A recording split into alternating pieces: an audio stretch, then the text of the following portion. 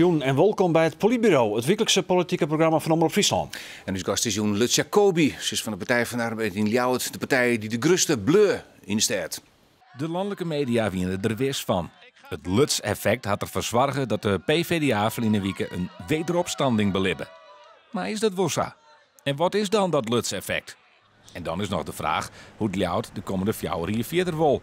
Met aan de ene kant het culturele Haatstedfeest en aan de andere kant een van de eerste weken van Nederland. Skieringen Heegterp. Lutz Jacobi, welkom in het Politbureau. Ja, lokwenske maar jouw verlies.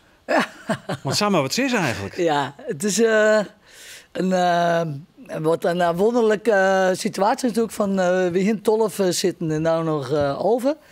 Maar de verwachting weer na de Tweede Kamer debakel in maart 2017, dat we geen hoge verwachtingen hebben moesten. Nee, wij mikken je zelf op. Ja, ik zit er nu naar 8, want toen we de Tweede Kamerverkiezingen doen, zullen we op 4 jaar eindigen. En ik denk van nou, 8 is al heel positief, maar worden je heel misschien. Hè? We gaan een beetje weer wat omhoog. Misschien nog wat een lokale kleur eraan. Maar over, het winnen, daar hou ik haast nog weer over. Dat vonden we toen al een idioot goede uitslag. Dus ik heb echt zoiets van... Boppenverwachting. Dit is wel heel erg mooi. Dan is de vraag natuurlijk wat landelijk, Aron de Sneur nog in de Volkskrant zijn worden is. Dit is het Lutz-effect. Ja, nou, iedereen vindt er wat van. Maar is het Lutz-effect? Nou, ik denk dat het een effect is van een goede campagne voeren. Heel zichtbaar was. Dat winnen alle partijen. Ja, maar ik denk dat die ene weer wel wat zichtbaar horen. Ik op internet ben wie allemachtig zichtbaar. In elk dorp. Mijn koos had iets van 120 boaden plaats van Hordelaaien tot een graus is maar. Nou, listloeken die het heel wat de meest kennen. Dus dat is het Lutz-effect? Ja, dus je gaat er natuurlijk een malker, hè, want als je het aantal stemmen, heb ik volgens mij rond de zon zitten bij elkaar. Scharrelijk dankzij de kiezers. En de rest van de lijst nog 4 jaar. Als je het over het Lutz-effect, maar als je naar Zuidwest-Friesland zegt, dan is het effect van Stel Ja, van Gent aan Rutter. Want die hebben eigenlijk eigenlijk percentage stemmen moe. Ja, dus ik denk dat dat het effect is van toch een listloeken waar mensen vertrouwen in. Maar hoe kan het dat de Partij van de Arbeid, nadat ze bij de Tweede Kamerverkiezing zo oudstraf binnen, toch in de Friese gemeente waarom komt? Ja, hoe dat kan? Ja, ik denk dat er zal meerdere redenen wezen, maar een van zal denk ik toch wel wezen. Dus bij de Tweede Kamer mijn oren drijfveren kozen hebben. Trouwens, de opkomst weer min in bij deze. Ja, dat mag ik ook nog even. Maar ben je toen ik oudstraft vanwege deelname in het kabinet met de VVD? Absoluut. En speelt dat nou net? Absoluut. Ik denk dat dat nou oorspeelt, in ieder geval net of minder. Daar ben ik toen, ik ga heel wat mensen toen sputsen, die bijvoorbeeld op de VVD stemt, terwijl ze PvdA stemmen winnen, omdat ze gewoon beslist dat de PVV de grootste willen voeren. Dat soort type. Het feit dat de PVV net Mardi, de SP trouwens ik net, dat had je me geholpen. Ja, aan de andere kant schat ik zelf in dat ik dan wel een zit binnen onder 50 plus. Oké, ja, dat heet dan PVV die het mooi, SP die het mooi, Vrienden Lofs net een goed alternatief vanwege wat interne zaken. Dan komen ze toch bij de Partij van de Arbeid. Daar hebben we dus wel profijt van.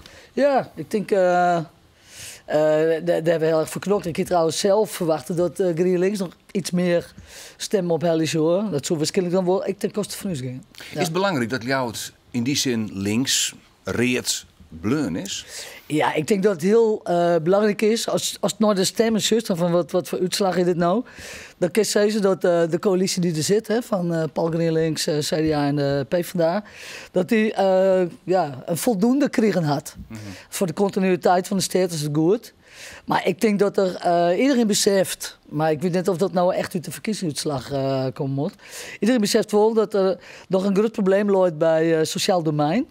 En dat had landelijke redenen, maar het kan, ik denk ik wel een hele mooie kans wezen om te zeggen van, nou, wat kunnen we er oors doen, wat kunnen we vernaaien. Ja, wat kan er dan voor zaken gebeuren? Want je ziet inderdaad het sociaal domein, er is een tekwart. Dan ben ik zaken van 3 oerhevelen naar de gemeente. PvdA heeft natuurlijk de ouderen van die ik aan het roer zitten. Die had dat ik net voor me gekregen. Nee, nou, heel duidelijk hoe kan je dat wel dan? Nou, heel duidelijk is dat een groot deel van dit miljoenentekort had te maken dat Ljouwert een kerngemeente is. Er zijn dikke 80 gemeenten in Uitsland die ditzelfde probleem hebben. De Verenigde Nederlandse gemeenten die destijds, Annemarie Jortsma en het Riek, hebben een verdeelsleutel betocht.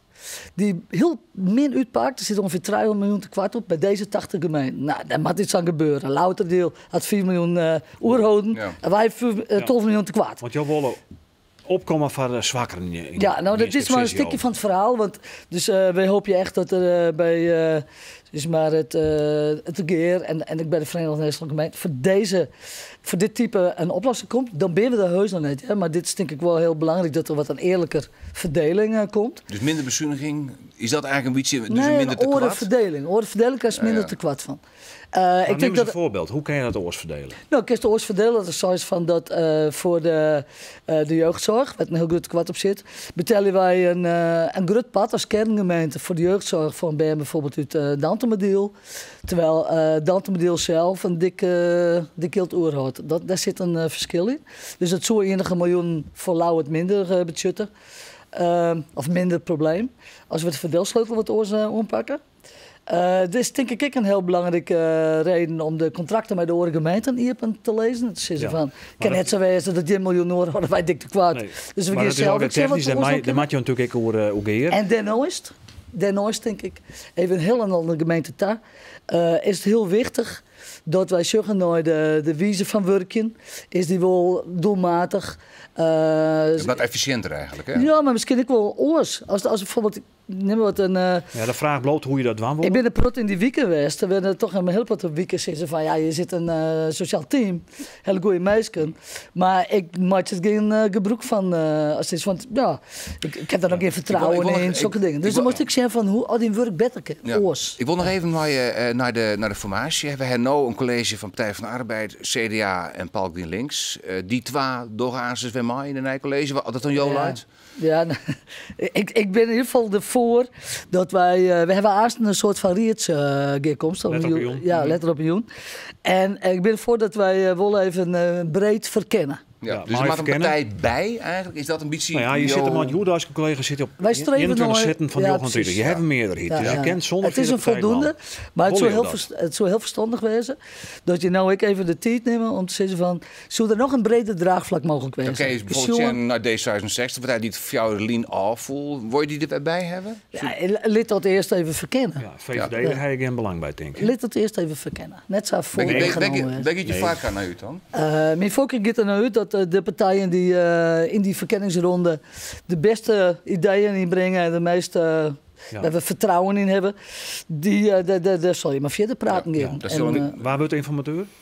Dat ga ik net zeggen. Spijt me. Ik ben een heel iepe meisje, maar we hebben Aasten die eerst keer komt en ik vind dat die namen plak van de net. Nou, wat je dat al? Jo, hij zelf wel jij er zijn. Ik wil geen wethouder. Daar blow je nog steeds bij. Ja, ik kan die ambitie. Maar toch, dan hebben we die Partij van de Arbeid wethouders, kandidaat-wethouders, Feitsma, Dijnem en Eckhart. Daar ben je wel achter. Dat ben natuurlijk wel heel oud gediend. Hè? Dan denk ik, wat voor vernijing zit er dan? Ja. Nou, zullen we even oppraten? Dat we eerst voor de inhoud gaan. We zeggen nou binnen de mogelijkheden voor verordening en vernijing. En dan komen we uiteindelijk aan het eind, verdeeld voor elke partij, de poppetjes. Ja, maar dan komt er geen vrouw dus in het college. Maar dat weet ik niet, dat zit hier. Ja, dan maar de D66. Dan ben ik er nog vrouwen die ambitie hebben. Ja. En jouzelf, jou blauwe in de rieën. Ja, en naast een ik vind dat je directeur van de waardvereniging of zo wat. Je bent wel echt vooringenomen. Ja, dat is een mooie functie. Dat is een vraag. Ja, dat is een hele mooie functie. Ja. Ik ben echt een type volksvertegenwoordiger. Dat vind ik hartstikke mooi. En ik heb een hekel aan mensen die carrière maken via politiek. En daar wil ik mezelf ik net aan bezondigen. Daar doe ik het niet voor. Ik hoop je het volhoudt. Want ik zit altijd in de Rie is de baas, net de wethouder. Ja. En dat wij een mooie street hier in het gemeentehuis hebben. Waar ik zelf een grote bijdrage aan lever in mij. Vanuit de meisken. Lutje Kobi in het lokale bestuur wel zien hoe dat gaat, mevrouw Jacobi. Laten we eerst eens even zien hoe het is cartoonist Gerko van Beek naar Jo en de Partij van de Arbeid zucht.